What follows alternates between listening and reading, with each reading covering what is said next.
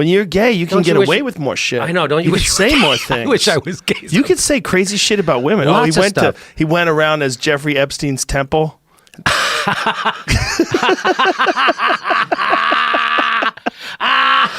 He dressed up like Jeffrey Epstein's temple. Which, by the way, that temple is fucking. How strange is that? That it's the same colors as the Israeli flag. Jesus Christ. Oh, yeah? Yeah. Oh, yeah. It looks like the Israeli flag. Okay. Yeah. Who's that? Chuck Schumer walking away from him? That doesn't look like Chuck Schumer. Yeah. Oh, wow. That was funny. Thanks for playing that. He's hilarious. He does a lot of shit. He works. Like, he puts in a lot of time. He does a lot of things, a lot of content. He puts out a lot of shit. Yeah, and he's a really funny comic, too. I got to do more comedy. So What's been going on? You haven't been doing a lot? I go out, but it's like I don't drive as far as I should. Oh. Do you go to the store at all? I get it. You know what? I've never worked at the store. How dare you? I did actually send an email. I go, hey, I want to do my show down at the store in La Jolla. Yeah? Because I want to go down to San Diego again and do. I love La Jolla. Do you? Oh, that club is one of the greatest clubs in the world. It's like The store down there? That store down there is perfect. It's perfect. It's like a perfect comedy club. Oh, I sent an email. I didn't get it returned.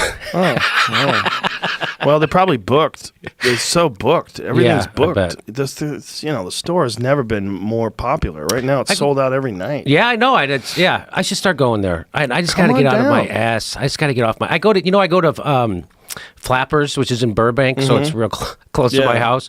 And I go up there a couple of times a week, and it feels good. Then I go to the Comedy Magic Club on the weekend. It's a good club. That's a great Yeah, club. And then yeah. and I go to the Improv randomly. Yeah. And so that's pretty much my. How often are you getting up a week? Just maybe 2 or 3 times. Oh, And that's not too bad. that's not too bad. It's not good. Yeah, I'm doing 3 sets tonight. See, that's what I'm talking about. Yeah, you got to do a lot. Like Comedy talked is to- reps. It's Yeah, all about reps. It's all about reps. It's like my friend Alan Havey goes to New York, and now he works at that the Comedy Cellar. They have like 3 venues now, so he Yeah. just has to make one call and he gets 3 sets a night. I'm Yep. like, if I could just go out, and he didn't have to travel far. It's like all real close. There's nothing better than doing 3 sets a night, right? Well, stand-up is like, I feel like it's like running. Like, you want runner's endurance, you want to be in shape, you got to run. You Yeah. have to run. And stand-up, you have to do stand-up. You do it, you get into it, you get the rhythm, you get the groove, you feel it. Once you start overthinking it, Yeah. and that happens. So if you have too much of a break, for me anyway, I start to overthink it. Of I start course. to get nervous. Yeah, of course. Do you get nervous? Oh, yeah, if you take time off. You feel uncomfortable. That's the best way to describe it. It's not Yeah. necessarily nervous, because I know jokes, I know how to tell them. Right. But I don't feel comfortable. Right. Yeah. It's a totally, yes. I was in, so just in Portland this last weekend. Do And- helium up there? No, I do the Alberta Rose Theater. And I had to write a whole new show because we came back too soon, like 6 months ago. We were in Portland, so I had to write a whole new fucking show.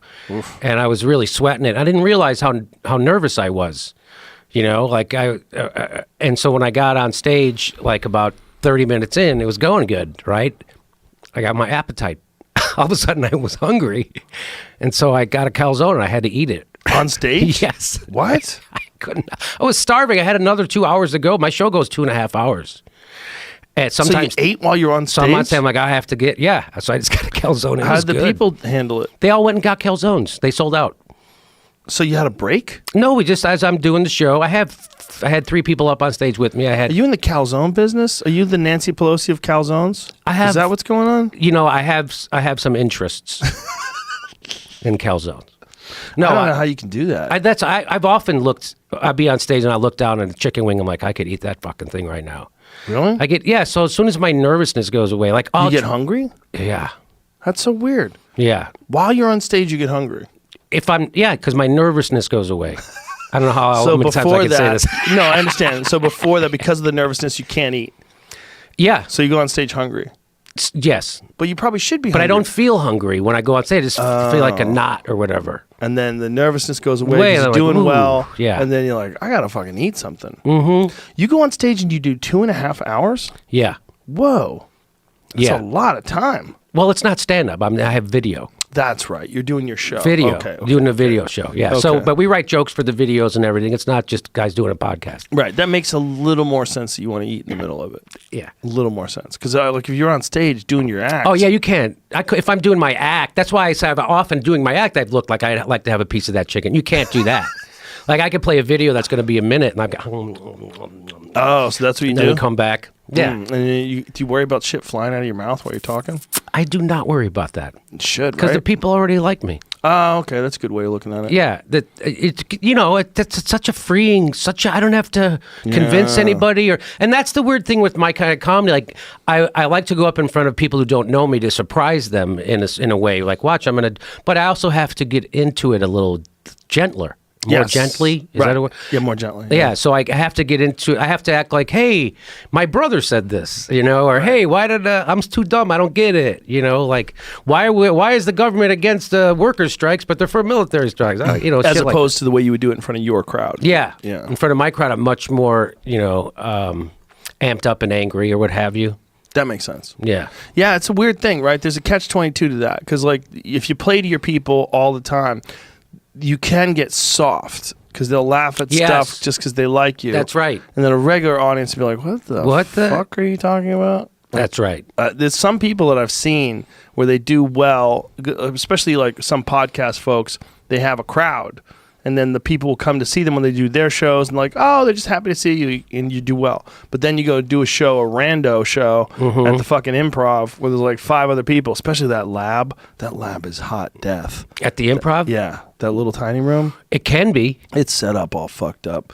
The door is right next to your stage. You're on stage and you hear the door and see people walking in. The bar is enormous. It's way too big. It's like if everyone in the room was a rabid alcoholic, maybe you could justify having a bar that big in a room that small.